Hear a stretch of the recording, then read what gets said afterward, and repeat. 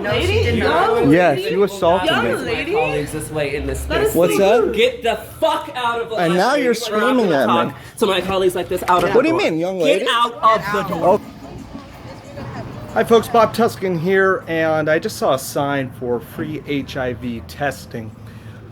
When you get a HIV test, you're not testing for HIV. What you're testing for are antibodies, and those antibodies can be present in your system because a number of different reasons. Namely, your body's fighting off illness, and those markers are not at all 100% identical to the markers of the HIV virus that they have not been able to isolate.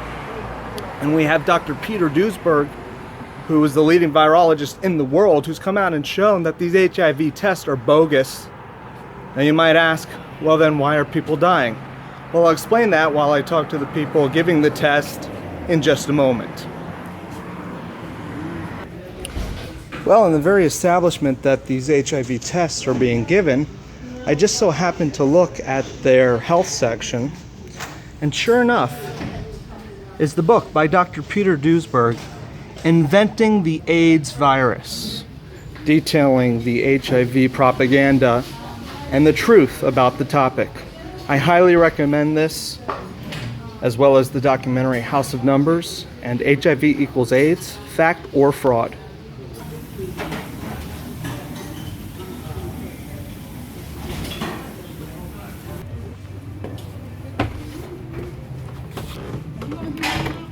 Hi there. Yeah, come on You available in. to see me now? Great. Yeah. Sorry about that. No problem. Alright, let me just get this all set up for you. Great. While I'm doing that, got some little crowded on this desk.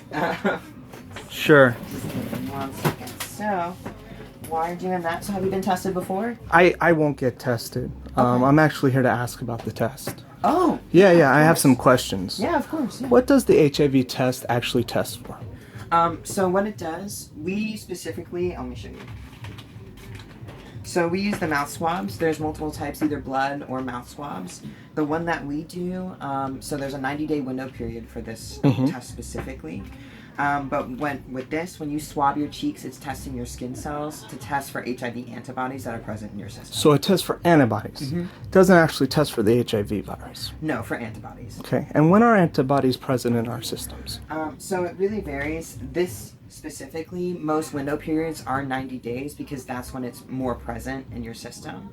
I mean, there are some days that cut the window periods down to 21 days, but even then, those are not as accurate. But the question is, are antibodies only connected to HIV? Well, I think personally, and correct me if I'm wrong,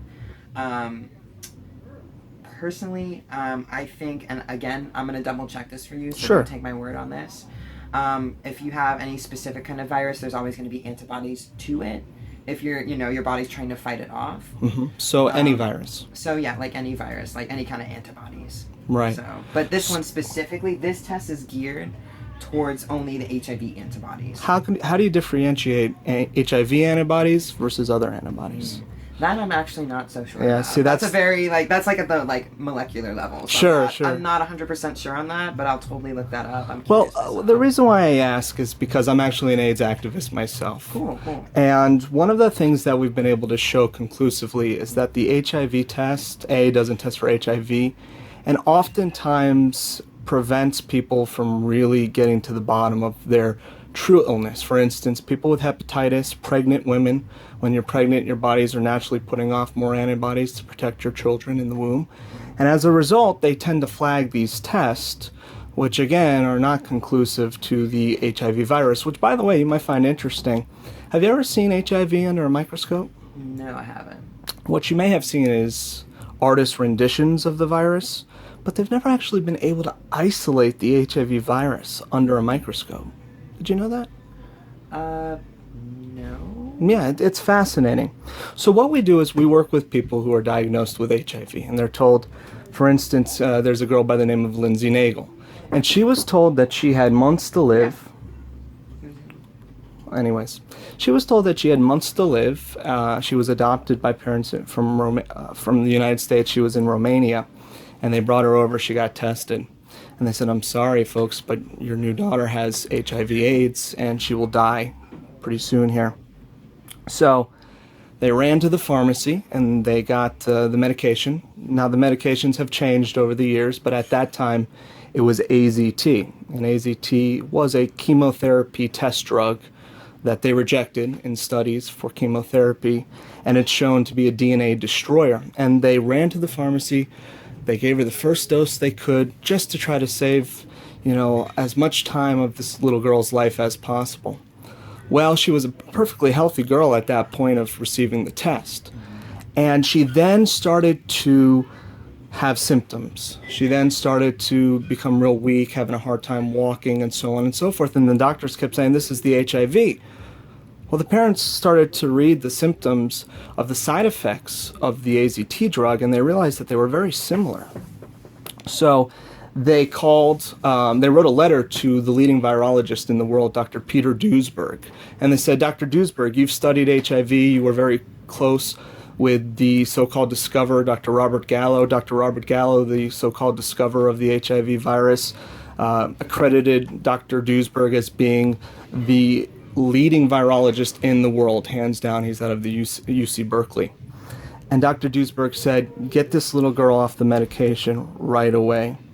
And they did so. She's now 26 years old, in full health, my friend. And unfortunately, everybody else in her portion of the hospital at that time, in the AIDS portion, what's the name? her same, yeah, Lindsay Nagel. Unfortunately, everyone else who stayed on the medication passed away. All of them dead. Well, here's a first step. Are there specifics? Here's a first step. This is Dr. Duesberg's book, which was actually on the shelf here at the CMC. And you can take this from me if you will. And that's called Inventing the AIDS Virus, where he conclusively shows that the mainstream science on HIV has been heavily misleaded at best, if not fraudulent. No, there's a lot of studies out there that, no. And I don't really feel comfortable with you filming me. Okay. You didn't really ask, so I'm not very... It's a public place, so... Yeah, but my face isn't public, so I really... Yeah, well, when it's in a public place, it is. You don't have to... I'll be happy to leave. But if you wish to continue... I really appreciate you leaving, because... You don't want to learn about this? You're trying to do a good thing here. I think you're a little misguided, but I'd really appreciate it if you left. Oh, sure. Do you want any other sources you're about to write down? You can take this back. No, so you're closed-minded and you want to continue to put people in harm's way by HIV testing them? Those tests specifically test for HIV antibodies. They're not going to test for any other, say, if there's the flu. It's not going to get misled with the flu. But you weren't able to articulate to me, and maybe this is a gap in your research which you'll come back and share with me, but you weren't able to articulate what differentiates the particular markers for an HIV antibody versus any other antibody that's connected to an ailment you might be suffering. I personally don't know because I just haven't looked. Mm-hmm. But other than that, there are plenty of resources out there. If you went to the health department and asked them, they would probably... I have asked them, and they haven't been able to show me, unfortunately. In fact, I've documented all this, and that's why I document this, is to try to hold people accountable. Because unfortunately, what happens is somebody's told they have HIV and they're going to die. Well, just the psychological factors involved with that are detrimental. But then when you couple that... You didn't even ask to film me, so I really I don't need your permission again to film you. I can But film why? anybody That in a doesn't make public any place. sense. Well, that's the laws. I'm familiar with the laws because I do this sort of journalism on a regular basis. But anyways, if you would like to continue the discussion, I'd be happy to share with you. If you left. So, Okay, sure. Have a great afternoon. I would guys. appreciate that you take a closer look at this info, though. I'm good, thank you. You're going to continue to be closed-minded, Yep, putting you can people in leave. harm's way? Yep. All right, well, what was your name? I'm not telling you. Get out. Lucas DeMonte. Great. Yep. Thank you, Lucas. Give me a moment, please. I'm a little slow. Bye. No, you need to leave now. I'm going to leave, but I'm going to do so at a pace where I don't fall down these stairs. Well, I hope you don't fall, but it's time for you to go. No, it's time for me to go when I say it's time for me to go, Lucas. And I know you've I'm a got little... other colleagues of mine as well, so Yeah. it's time for you to leave. Oh, so they've told you about this discussion about... They said there was somebody that was giving misleading information. So Misleading. Well, you haven't... How do you know if it's misleading if you haven't been able to check on the sources? No, I'm not going to leave because you tell me to. This isn't your domain. In fact... Actually, I know most of the people here, if I ask them to have you taken out, they take you out. Okay, well, I'm not causing a disturbance. I'm trying to have a conversation in a place that's supposed to be an open-minded library here. It's kind of astonishing to me, Lucas, that you are continuing to be closed-minded and denying the fact that there's a lot of information out there that shows. I wish you luck, but it's time for you to actually get up. No, it's not, It's Lucas. time for you to. No, it's not. I can contact the owners right now. Yeah, call Joe and tell him Bob Tuskin's here. Oh, great. Thanks so much. So anyways, that shows you folks that the same people that are trying to do good, and I believe Lucas is a genuine dude trying to do good, the same people that are trying to do good, excuse my foggy camera work here, are basically ignoring the conversation that needs to be had here. Every year, thousands of people are diagnosed with HIV and told that they have a death sentence. And the reality of the situation is, they're not dying. What's up? You to step outside, please. And who are you? I am one of the facilitators of this space. Okay. Well, I'm not causing a disturbance, am I? Is this open to the public, this area? Filming people without their consent, and that's really. It's a You can public ask to place. leave. No, it's not a public place. I was asked to leave by this gentleman who, last I checked, did not represent the Civic Media Center. Is he on the board? Are you on the board? No, I'm not on the board. Okay, well, Volunteer. unfortunately, Joe and I have had this conversation before, and he's welcomed me personally to the facility. Joe and I will have another conversation. I'm asking you. Okay, is there, for what reason are you asking me to leave? I'm asking you to leave because I've been told that you're making people feel unsafe. Unsafe? I'm led to Not believe me that you have done this before. specifically. I think you're very misguided, but you have made other colleagues of mine unsafe. And Unsafe? I really should have you left. And how do you know that's me I will who's made them call- unsafe? Let's outside, please. I need you to leave. You don't tell me what to do, Lucas. Let's You know what? please step You up. don't tell me what to do, dude. You have multiple people asking you to. And I'll leave in just a moment. I have You're no problem. also filming without our consent. It's a public place, Lucas. But that doesn't mean you film somebody without their consent. Of course it does. No, that doesn't. Yeah, it does. In fact, that's the truth. You need to leave. Lucas, take the book if you I'm going to want. put it back so that other people who are misguided like yourself can learn the truth rather than getting defensive and saying, you know, I don't want to have this conversation.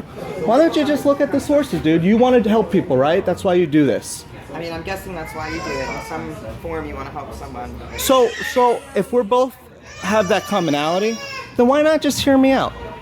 Because what you're saying doesn't make any sense. I'm providing sources to you where it does make sense. In fact, Dr. Peter Duesberg, the leading virologist out of the University of Berkeley, he's somebody that makes perfect sense too. So I would urge you to check that out. Do you want a great documentary on the topic? No, I'm okay. Thank you. So you want to continue to ignore the Yes, subject? I would love to.